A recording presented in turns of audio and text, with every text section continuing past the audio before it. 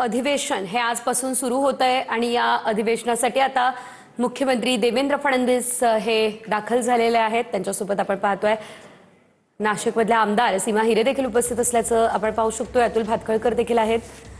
शेलार झिरबाय, राम शिंदे, हिरामण खोसकर हे विधान भवनात दाखल झालेले आहेत आणि आता स्वतः मुख्यमंत्री देवेंद्र फडणवीस हे देखील विधान भवनामध्ये पोहोचले असल्याची ही दृश्य आपण पाहतोय। आजपासून राज्याचं अर्थसंकल्पीय अधिवेशन हे सुरू होत आहे आणि आता या अधिवेशनासाठी स्वतः मुख्यमंत्री देवेंद्र फडणवीस हे विधान भवनात दाखल झालेले आहेत। 6 मार्चला मुख्यमंत्री देवेंद्र फडणवीस यांच्याकडून राज्याचा अर्थसंकल्प सादर केला जाणार आहे। मात्र आजपासून जे अधिवेशन सुरू होत आहे ते वादळी ठरण्याची शक्यता एकीकडे वर्तवली जाते, तर दुसरीकडे आता आपण पाहतोय कोणते महत्त्वाचे मुद्दे उपस्थित केले जातात हे बघणं महत्त्वाचं असेल। आणि उपमुख्यमंत्री सुनेत्रा पवार या सुद्धा आता विधान भवनात दाखल झालेल्या आहेत। त्यांच्यासोबत आदिती तटकरे देखील असल्याचं आपण या दृश्यांच्या माध्यमातून पाहू शकतोय।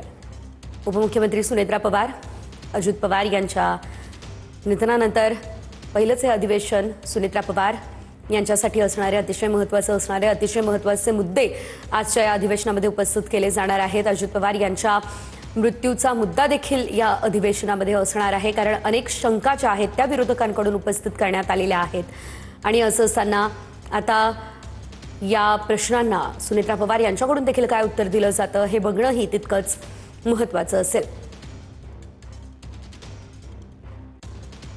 अगदी काही वेळातच विधान भवनाचं कामकाज सुरू होणार आहे। राज्याचं हे अर्थसंकल्पीय अधिवेशन आजपासून सुरू झालेलं आहे आणि सुनेत्रा पवार या दाखल झाल्या असल्याचं आपण या दृश्यांच्या माध्यमातून पाहतोय।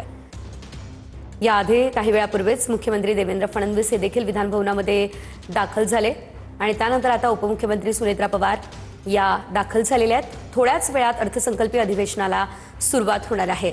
अनेक महत्त्वाचे मुद्दे आहेत। चिरवळांच्या लाचेचं प्रकरण देखील प्रचंड गाजलं असल्याचं आपण पाहिलेलं आहे। त्यानंतर अजित पवार यांचा मृत्यू, शेतकऱ्यांचा प्रश्न, असे अनेक महत्त्वाचे मुद्दे आहेत ज्यावरून आज विधान भवनामध्ये विरोधक सरकारला घेण्याची शक्यता आहे। त्यात आपण जर पाहिलं तर आजचा अवकाळी पावसाला देखील सुरुवात झालेली आहे, त्यामध्येही शेतकऱ्यांचं नुकसान होत आहे। या संदर्भातला मुद्दा देखील महत्त्वाचा असेल।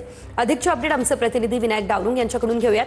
विनायक, आपण पाहतोय मुख्यमंत्री देवेंद्र फडणवीस आणि त्यानंतर लगेचच उपमुख्यमंत्री सुनेत्रा पवार देखील विधान भवनामध्ये दाखल झालेले आहेत। अगदी काही वेळात कामकाज सुरू होईल, सध्याचे काय अपडेट?